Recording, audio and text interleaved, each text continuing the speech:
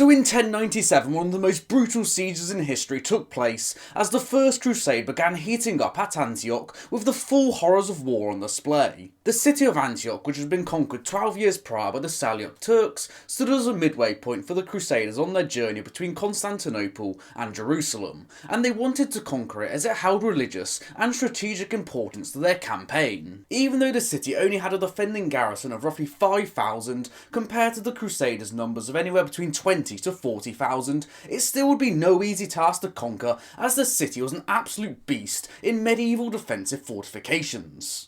Antioch was situated between a river and two mountains, and had a massive encircling wall almost 20 metres high, which had 6 gateways and 60 towers on it, and its crowning jewel was a citadel right at the top of the mountain. And I also imagine it had a few ditches scattered around it, because everyone knows if you make ditches, you get bitches. The Crusaders didn't have the manpower nor siege equipment for a full-scale blockade or assault, so they decided at first to blockade the 3 most northern gates, and then during the siege they made makeshift fortifications to blockade the 2 most southern gates. However, they still allowed the easternmost gate atop of the mountain to remain accessible to the defenders, allowing them to get supplies in when possible. The Crusaders took no liberties in an attempt to break the morale of their opponents, as after a few skirmishes they beheaded all of the dead of the enemy and paraded them in front of the city wall atop of spears. And then another time, when the Muslims came out to bury some of their dead, the Crusaders dug them back up, beheaded them, and then paraded them in front of the city once more, deepening the garrison's grief.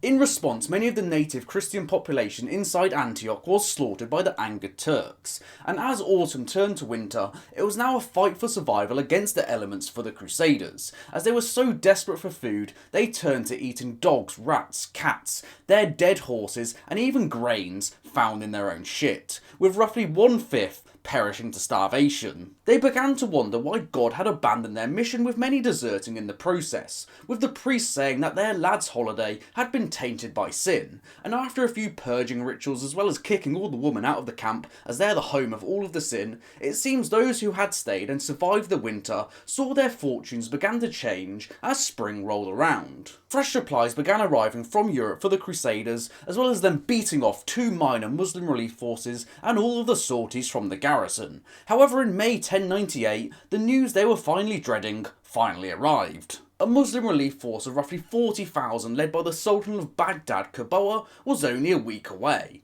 and it was looking now like annihilation beckoned for the Crusaders. They are outnumbered 2 to 1, most of their horses had perished over the winter, and it was still looking like the surrender of Antioch was miles off. However, one Crusader commander had an ace up his sleeve. He had made contact with an Armenian guard inside the city who had betrayed the city over to them, which is exactly what happened one night as they scaled the walls while he turned a blind eye and then opened the gates to the rest of the Crusader army. Months of pent-up Crusader aggression was now unleashed as they spared neither age nor gender, leaving bodies piled high in the streets with an unbearable stench. However, their victory was short-lived as the following day the Muslim relief force arrived, and now the besiegers had become the besieged, but in much worse circumstances than the defenders 8 months ago. The city had been bled dry of resources, the enemy still held the citadel, and now the Crusaders were surrounded. And to make matters even worse, a Byzantine force that was coming to support them had turned around, as when one of the Crusader leaders had deserted,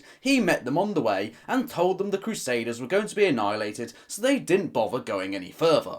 The Muslims unleashed wave after wave of assaults in probably what was the deadliest fighting the Crusaders had ever experienced, lasting from dusk till dawn. And it was said a man with food had no time to eat, and a man with water had no time to drink. And with the morale of the Crusaders crumbling slowly, many lured themselves off the walls with ropes to desert. After a week of beating off the Muslim forces, it still seemed the Crusaders' days were numbered as they were in dire straits with the food situation. However, as now a miracle from the skies appeared. The Crusaders had apparently dug up the lance that pierced Christ while he was on the cross, which was a sign from God of his renewed support and a life-saving morale boost for them. However, whatever the Crusaders said after about this being a catalyst for victory, it still wouldn't feed all of their stomachs or kill 40,000 Muslims, so they tried to negotiate safe passage out of the city, but Qaboa responded, "You'll have to fight your way out." They were hopelessly outnumbered, starving, and with their lack of horses, many elites saddled up on donkeys in what was believed to be their last hurrah out of the city, but death in combat was a far greater death than starvation. Qaboa wanted to wait until all the Crusaders were outside of the city to strike one final decisive blow on them, but he lost his nerve and ordered an advance in an entirely disorganised manner, like my speaking. Crusader bodies did begin to pile up, but their resolve held as they had nothing to retreat to. The Muslims, on the other hand, did have something to retreat to and grew uneasy that they couldn't break the Crusaders and thought, fuck it, we'll go and live and fight another day. And while Qaboa did try and rally his troops, he failed and had to leave the field in embarrassment. The Crusaders had overcome certain destruction, and their mantra now was that this expedition was blessed in the eyes of God to succeed due to the appearance of this Holy Lance apparently assisting them somehow in making the Muslim army retreat, as after a bit of handbags they continued on to conquer their ultimate goal of Jerusalem.